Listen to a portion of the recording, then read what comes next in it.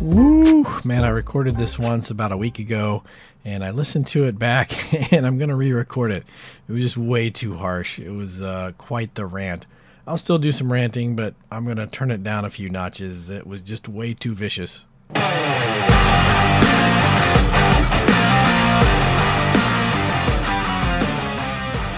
I get several requests per week for a custom knife order, sometimes more than that. It depends if there's a new video out, mostly. And I'm going to tell you why I don't do them. The number one reason is that although I used to have more time, my extra time has really been diminished recently, keeping up with YouTube and Patreon and Journeyman Knife efforts, and plus my job and family and all that. It means I just don't have as much time anymore. So I would really have to be pretty motivated to take on a custom order at this point. The second reason is, frankly, customers. And this, if I'm being honest, this is really the main reason is that this isn't my vocation. This is a hobby. If this were my vocation, I would learn to love customers. But as it is right now, I just don't like customers. I should say there's a few customers I don't like, and it spoiled it for everybody. I spent years running an outdoors gear knife shop where there was plenty of face-to-face and internet contact with customers, and a lot of good people came through this shop, and I met some good friends that I still hang up with. I heard a bunch of really fascinating stories. I learned things from talking to other folks about their work, their expertise. We had people coming through telling us crazy hunting stories, and there was a group of essentially mercenaries that would protect missions and missionaries in South Africa, and we would equip them with different, outdoors type gear from time to time, and we got to hear what they were doing, and just that kind of thing really kept me going. But all things being equal, there are just enough bad apples to spoil the customer bunch for me. And I think for a lot of us at the store that are working there over the years, some of that just really took its toll. The same bad apples that we experienced in face-to-face retail are sort of the same types of things I experienced as a knife maker who takes custom orders or used to take custom orders. People would spend hours of our time having us get stuff out of the case, educate them, and would really have no intention of buying a knife. We would get 16-year-olds from the vape shop next to us with their unfinished tattoos, and they really couldn't even afford to replace the missing gas caps or side mirrors on their 35-year-old cars, and their cars are painted 3 different colors, one of which is rust.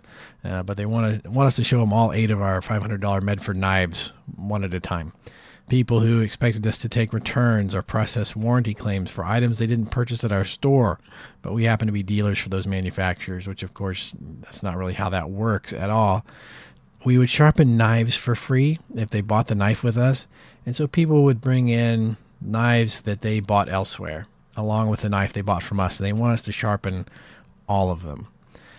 They would return backpacks. They'd buy a $300 backpack, take it on a trip. It smells like smoke. Their buddy accidentally did something with it, put a little gash in it. They have a cigarette burn here or there, and they bring it back and they want their money back, a full return, because they just don't like it. So basically that's the type of people we get. I mean, we had people, they would buy a knife, and a year and a half later, they're coming in the store asking us to dig up their receipt and offer them a refund. Basically, it's that type of person that seems to gravitate to my email and my DMs and stuff. You can just sort of hear it through the email, and you just hear their voice, and you can just tell. So basically what happens is an impulsive person with little or no knife knowledge contacts me, and I tell them up front that my knives start at $200 and go quickly up to the $400 range, and that weeds out about half of them. And then sometimes you get a response that says, hey, I've got money, I'm a buyer. So you tell them that you need a deposit and that you'll need that deposit before you start work on their knife, and that weeds out about another half of people. Then you get into the group that wants to talk with you about the knife. They want to talk about the steel and what's the difference between carbon steel and stainless and this shape and that shape, and I want this knife, and look at this fantasy blade, can you do that? What about this handle material? What about these liners? What about, X, Y, Z? Sometimes their thoughts are pretty far out there and require some education and dialing things back. Sometimes they have some really unrealistic expectations about the knife they want or they think they want and what they want that knife to do. And so you want them to be happy with your knife, right? You don't want them to buy something they're not happy with that doesn't do what they want it to do. That's just a setup for disaster all around. So then you have to sort of gingerly, carefully talk them through why their ideas may not work out and why they might be wrong. And that's just a minefield in and of its own. So by the time you finish this protracted email conversation and figure out what knife they want and all this, and you get a price going and everyone's agreed on everything, and then you ask for the deposit and you never hear from them again. That happens, maybe another 50 to 75% of the time. So, of the 100 people that have reached out to you, the number that actually get to the process of leaving a deposit for a knife is maybe 5. Maybe 5. It's extraordinary. Of those 5, 3 or 4 of them go off without a hitch. But some of them are really sort of nightmare customers. They just are. I'm not going to pull any punches. There's some real problems with some people's expectations. Here's an example. A gentleman contacted me about a year ago for a chef knife for his wife who was in the medical field. He saw the scalpel knife video, and that's sort of what he wanted. And all he wanted was just that it had to be an 8-inch blade, some sort of chef knife that was 8 inches long, because that's what his wife had mentioned she wanted. He had some wood from a friend. He was going to send that after it got stabilized. He wanted a very specific liner color. I ordered a sample, and it was not a good liner. It was very weak, and it was not... It was micarta and it wasn't properly put together, but that's the only color I could find. And he agreed that that's what he wants, despite my concerns over the quality. The wood that he ended up sending me was 5 weeks late, and it was not properly stabilized. It actually arrived warped. And while it was sitting in my kitchen, it warped even more. And I went back and forth with him on that. I told him the wood was no good. And as I ground into it and cut it around, it was clear that it was only been stabilized about halfway through. But he still wanted the wood, and I had to explain it could arrive to him warped again or cracked, and that, it'd leave the shop straight, but there's no telling what it's going to look like when he gets to him. And, well, first of all, I should say I made the knife, and I sent him pictures at every step. And we got to one step, and he was like, you know what, that knife's not wide enough.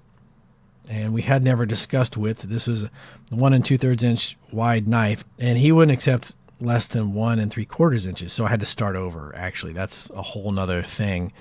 And I'm sending out a knife that I don't believe in because of the materials, with some extra delays. A 5-week delay waiting on the wood that he promised, and a bunch of extra costs built in for extra time and things like that. And, for me on that knife, I ended up making about $180, which was $8 an hour after materials and everything else. So is that worth my time? $8 an hour to send out a knife that I'm not really proud of? No, of course not by any measure. And this represents, these are the types of problems that represent, again, a minority, but a significant minority of the orders that start going through. So this whole rant is kicked off by an email that I got this week, and I want to read it to you. I'm going to quote it. This is from someone looking for that, quote, special knife. Okay? When you see those words in the title of an email, you just hit the delete button. Essentially, it says, quote, thanks for doing this. I'm definitely a serious buyer. Okay, I'm going to stop right there. The buzzers should be going off in your head. Quote, don't worry about that. I'm very particular about my knives, though, so I would want to work with you very closely on what it looks like. I want it to represent you artistically, close quote. So this is just a huge no. I mean, you can hear the hand-wringing and the mind-changing and the endless emails about explain this again. Hey, let's change that. I know you said 3 more weeks, but is it ready yet?